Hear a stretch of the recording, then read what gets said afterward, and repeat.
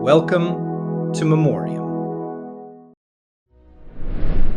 You know, there are some voices that just feel like they've always been there, like they were playing in the kitchen when you were a kid, drifting out of a car radio on a summer night, or tucked somewhere in your parents' old record collection. For me, that voice is Neil Sedaka's. Neil Sedaka was born in Brooklyn in 1939, a classically trained piano prodigy who studied at Juilliard's preparatory division. That alone tells you something. This wasn't just a pop singer chasing a hit. This was a musician, a craftsman, a guy who understood melody at its bones. In the late 1950s and early 60s, he teamed up with lyricist Howard Greenfield, and what they created together became the soundtrack of a generation. Oh Carol, Calendar Girl, Happy Birthday, Sweet 16. These weren't just catchy tunes, they were perfectly built pop songs. Hooks that grabbed you in the first 10 seconds. Choruses you could sing by the second spin. And then there's Breaking Up Is Hard to Do. The original 1962 version, bright, upbeat, almost deceptively cheerful for a song about heartbreak. It hit #1 on the Billboard Hot 100. Years later, in 1975, Neil did something almost unheard of. He slowed it down, reimagined it as a tender ballad, and took it back into the top 10. Two completely different emotional experiences, same song. That's range, that's confidence. But his story isn't just about the hits. When the British invasion rolled in during the mid-60s, American teen idols got swept aside. The charts changed, the sound changed, and for a while, it felt like Neil Sedaka had been left behind. A lot of artists would have faded out right there. He didn't. He rebuilt, quietly, patiently. He moved to England, kept writing, kept recording. He wrote Love Will Keep Us Together, which became a massive hit for Captain and Tennille. He wrote for others.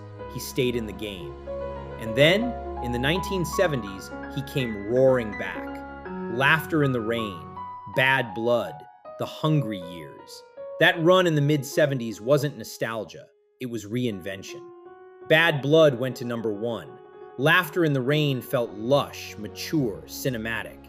He wasn't the teenage heartthrob anymore. He was a seasoned songwriter telling grown-up stories about love and loss and longing.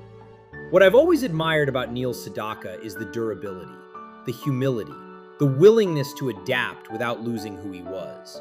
You listen to his catalog and you hear optimism, melody, craft. You hear someone who believes in the power of a well-written song.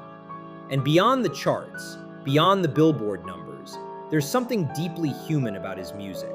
Those early hits captured the innocence of young love. The later songs carried the weight of experience. Together, they map a life. He's one of the rare artists who bridged eras, brill-building pop, the rock and roll shakeup, the singer-songwriter wave of the 70s, and never stopped being relevant, never stopped writing, never stopped performing. For fans who grew up with him, he's a reminder of first dances and transistor radios. For younger listeners discovering him on a playlist, he's proof that great songwriting never goes out of style. Neil Sedaka's career spans more than 6 decades. Think about that. 60 years of melody. 60 years of lyrics that stick with you. 60 years of showing up at the piano and doing the work. And that, to me, is his real legacy. Not just the #1 hits, not just the gold records, but the resilience, the reinvention, the joy. Because when you strip it all down, when you sit at a piano and sing a simple line like, "Breaking up is hard to do," you're tapping into something universal. And Neil Sedaka did that better than just about anyone. So here's to the kid from Brooklyn who turned classical training into pop perfection. Here's to the comeback king. Here's to the songwriter who never stopped believing in melody. And here's to Neil Sedaka, still reminding us that a great song once written never really fades away.